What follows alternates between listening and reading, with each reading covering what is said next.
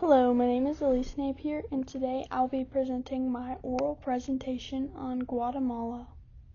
First, I would like to address some of the history behind Guatemala as well as some of the religious affiliations with the country. Guatemala is located at the top of Central America, touching Mexico. As you can see, it is the country highlighted in red. And this is one country that the Mayans were in, and they were established around 2000 BC. And I've put a picture of one of the Mayan temples. After the Mayans, the Spaniards conquered them and brought in Catholicism.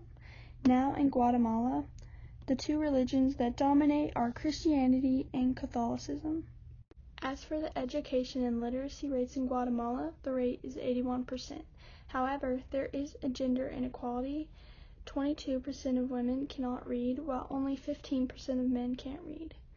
Guatemala is also a big exporting country, meaning lots of farmlands, which can hinder education for many reasons. Guatemala has a very diverse geography. The left picture is a volcano, the middle picture is a mountain range, and the one on the right is a beach. These different regions allow for many different crops to thrive in Guatemala, which contributes to their exporting power. In this slide, I've listed some of the plants that Guatemalans use for health benefits.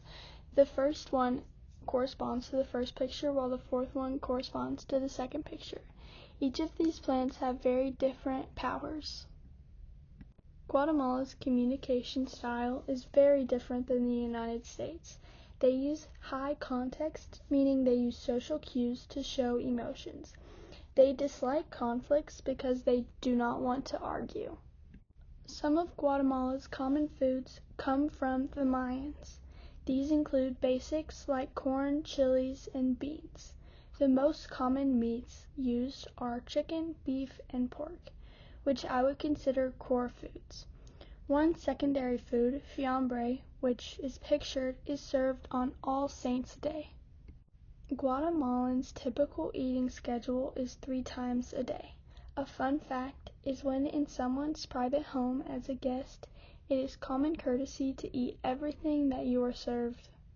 Guatemalans' common meats, as shown before, are chicken, beef, and pork, and when preparing these, they are usually stewed or braised in sauces.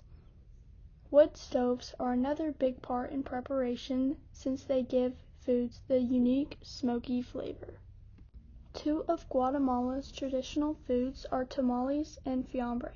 Tamales are often served around Christmas time, and fiambre, as mentioned earlier, is served on All Saints' Day.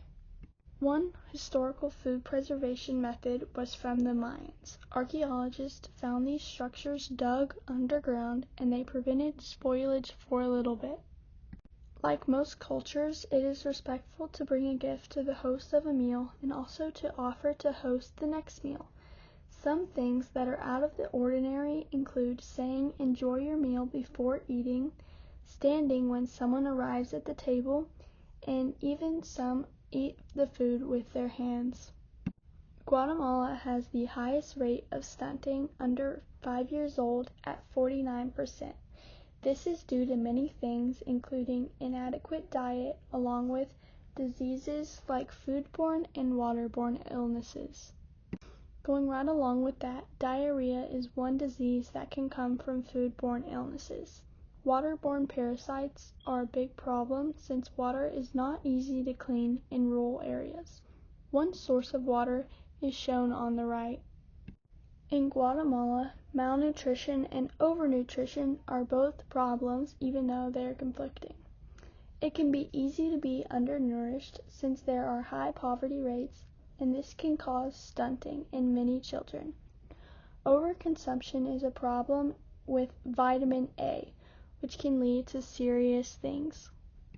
In the Guatemalan culture, fruits and vegetables should be encouraged more to reach a balanced diet and help malnutrition, especially since they are very accessible. Guatemalans love drinking their coffee with lots of milk and sugar. They should reduce the amount of sugar since table sugar can contain a lot of vitamin A. They should also limit tamales since they tend to be fatty. If Guatemalans came to the United States, they would experience big changes from mainly eating homegrown fruits and vegetables to eating processed American foods. If they started eating fast food on a regular basis, they might gain an unhealthy amount of weight. Guatemala is a great and unique place. I would love to visit one day. They are struggling, but in normal ways, and they're trying to grow on their own time.